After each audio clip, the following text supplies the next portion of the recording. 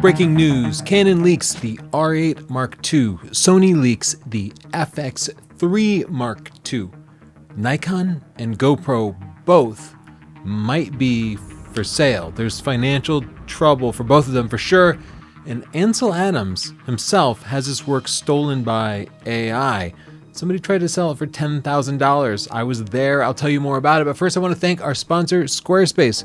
Squarespace makes beautiful websites incredibly easy.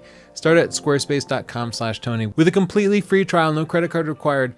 Choose from one of their gorgeous templates, perfect for your portfolio, your video reel, your business, your personal project, whatever it is.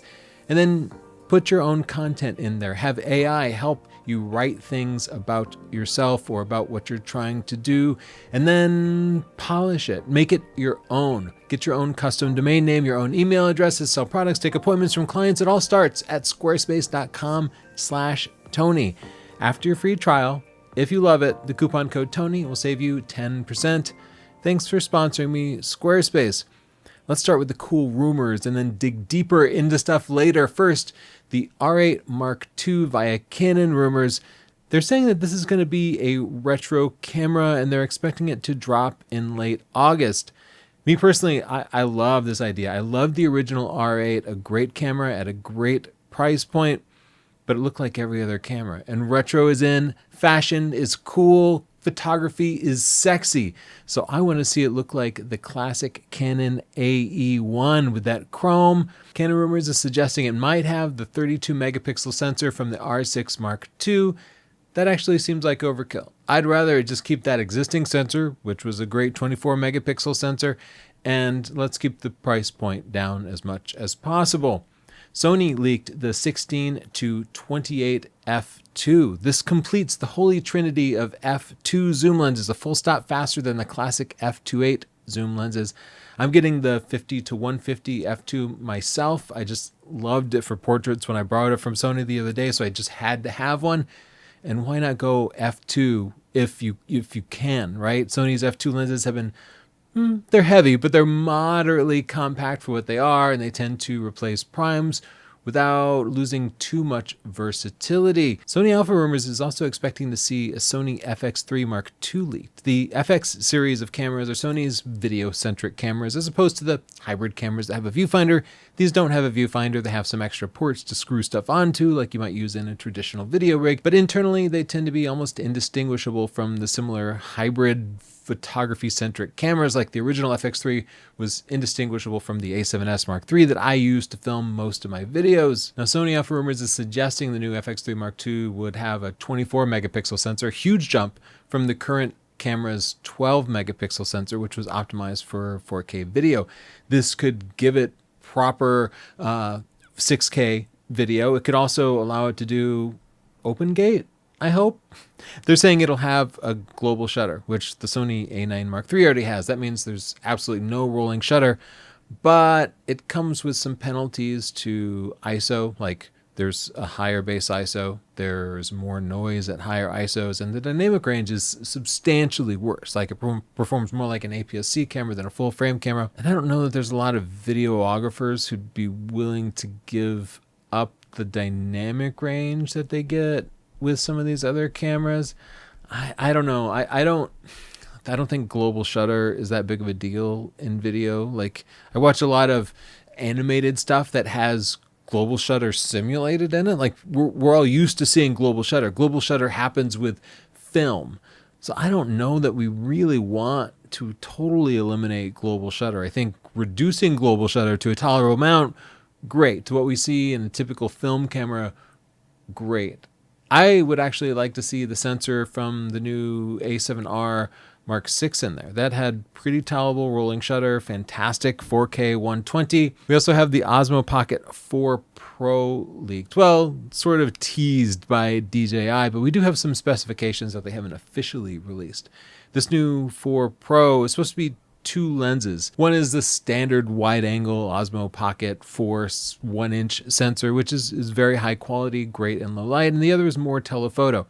Now, why would you want a telephoto lens in a handheld gimbal camera? I don't know. I wouldn't. The way I use my Osmo Pocket, It's pretty much all wide angle. It's pretty much just handheld at arm's length or moving around a subject close up.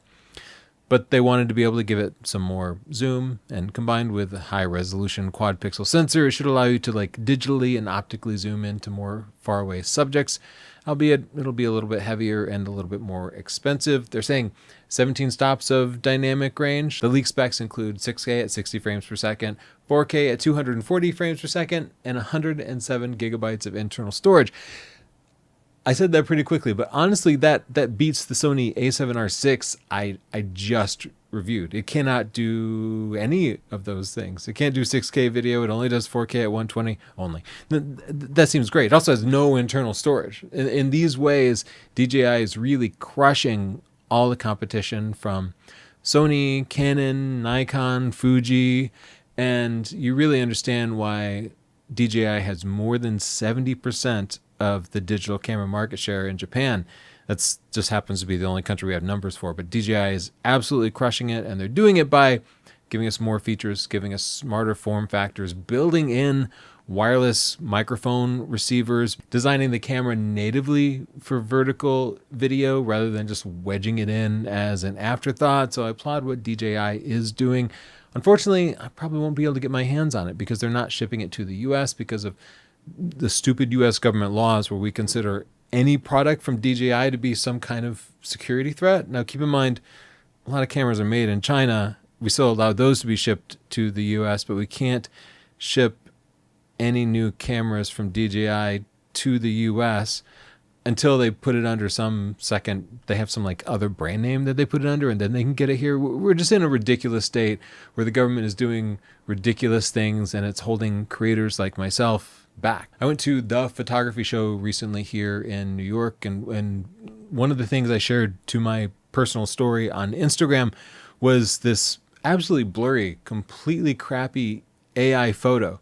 And on the little placard, it said this was generated by an AI prompt, realistic color version of Ansel Adams' Moonrise over Hernandez. So what happened was they took this Ansel Adams photo, which reportedly is in the public domain. Everything goes into the public domain after some number of years, and then like had it just be in color. But okay, fine. That's not noteworthy. Anybody can just open up Gemini or ChatGPT and have it generate a picture of anything.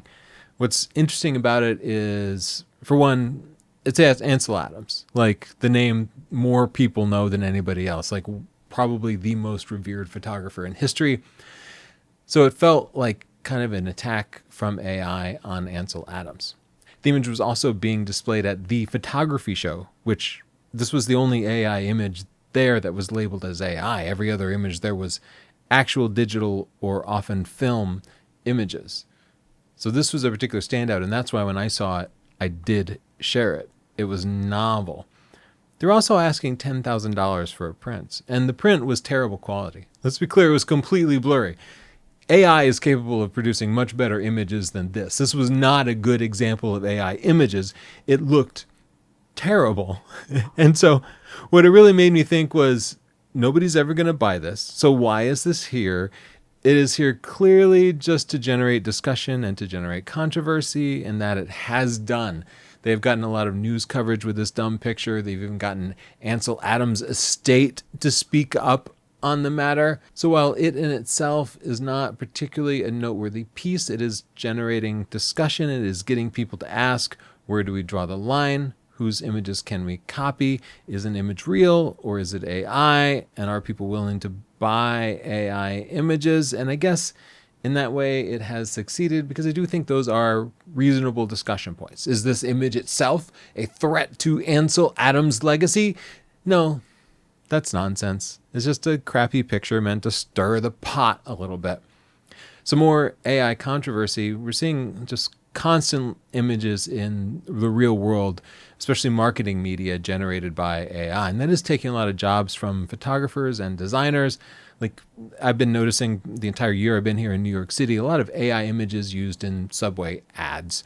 And people hate them. People often identify them as AI and just scribble things over them like, I hate AI, things like that. Recently, Vaseline, of all companies, created an image for their own marketing purposes based on a poster for the new Michael Jackson documentary, and this poster featured a handmade diamond-covered glove similar to the one that Michael Jackson was known to wear.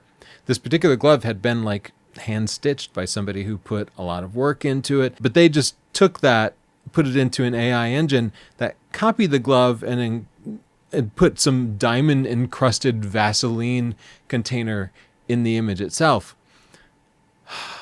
And this is exactly like the Ansel Adams thing. Like, we're taking a real photographer's work, somebody who put weeks into planning and producing the garment for it, and in a matter of seconds, they just produced their own image that definitely devalued the original photographer's image. The way AI works now is it's actually like legal. You probably don't have any grounds to sue or to get any sort of money from it. And thus, like, that's just the weird state that we live in. You can put a lot of work into something, AI can make very slight modifications to it, and then it's copyright free. This is particularly notable because it's not just a diamond-covered glove, but if you look closely at the stitching and the layout of the diamonds, it is copying this person's craftsmanship. It is the exact same glove, not just a generic glove. They're not just stealing the concept, they're actually stealing an image of the physical garment that somebody made and put a ton of time into. People will continue to call out companies for using AI, but that is not slowing them down because it is drastically cheaper.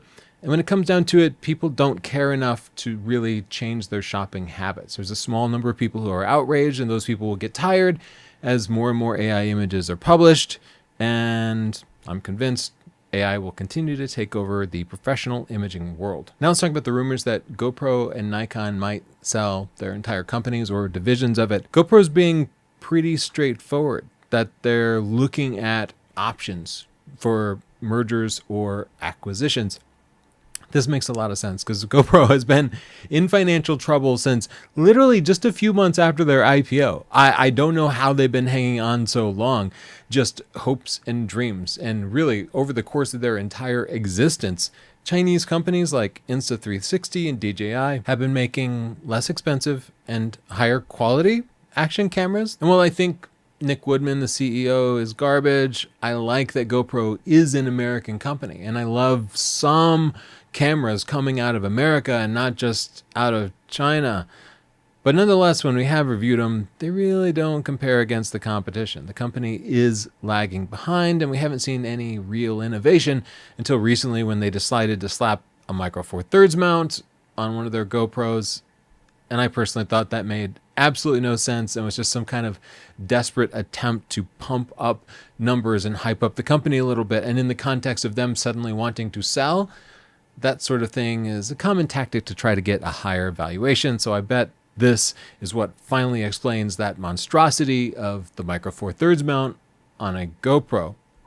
Now let's talk about Nikon being bought. There are a lot of articles in the last couple of weeks suggesting that Nikon could be sold to EssilorLuxottica, who makes like every pair of glasses that you see out there. Nikon does have other businesses than just the imaging business, including a strong foothold in different optics. Now, this holds some water because Nikon is in trouble. Overall, Nikon as a company is losing pretty substantial amounts of money. They're not currently profitable. Now, if you look at just the imaging department that makes the cameras, the way they divide their accounting shows that particular division as being profitable. But I've always been a little suspicious of this because they were losing money in the imaging business, and then they sort of did a reshuffling. And sometimes in a reshuffling, you can just sort of move some expenses to a different division, move some profits into this division, and make one division look profitable while others look unprofitable. And I always suspected Nikon didn't actually have a drastic turnaround, but that they just sort of shifted the numbers around to make the imaging business look profitable to help boost consumer confidence in that segment. The imaging business is still technically profitable, but has lost a lot of ground compared to just a year ago, and it's getting close. Nikon's cameras have been boring. We still haven't seen an update for the very outdated now Nikon Z9, while Sony has a global shutter camera that is 120 frames per second, and Sony's had what, 3 or 4 cameras that shoot 30 frames per second RAW. Nikon hasn't produced a single camera that can shoot 30 frames per second RAW. Like, they are inarguably significantly behind both Canon and Sony, but I still don't believe they're going to sell the imaging division. EssilorLuxottica is interested in purchasing a part of Nikon, like Nikon might carve off one particular division. Additionally, there would be laws against Nikon selling the entire division because they do some optics and semiconductor manufacturing. Japan as a country has some laws that would prevent them from simply selling that off to a different country. Nikon is also part of the Mitsubishi group, and the Mitsubishi group has some bylaws in it that would prevent Nikon from simply wholeheartedly selling the bulk of their business. So I call BS on the idea that Nikon is selling off the imaging division, but they might be selling off some smaller portion of the company that we don't actually care about. In the comments down below, let me know what you think. Are you interested in any of these new leaked products? Do you think GoPro will survive as an independent company, or do they have to sell something off? And what about Nikon? Are they doing okay? Let's check in with them. And don't forget to check out my sponsor, Squarespace. Start at squarespace.com/Tony when you want to set up a website. They make it super easy. You don't have to be intimidated. Whatever idea you have, squarespace.com/Tony can make it real. Get your own custom domain name, like I have northrupphotography.com. That means I can get emails at that. Instead of gmail.com, I'm Tony at northrupphotography.com. You can take appointments from clients. You can sell products. You can just make your photography and video look way better than it does on social media. That's right. No ads, no cramming it into a small space. You control the colors, the fonts, the layout, everything. It all starts at squarespace.com/Tony. Free trial, no credit card required. When you love it, the coupon code Tony gets you 10% off. Thanks, Squarespace. Bye.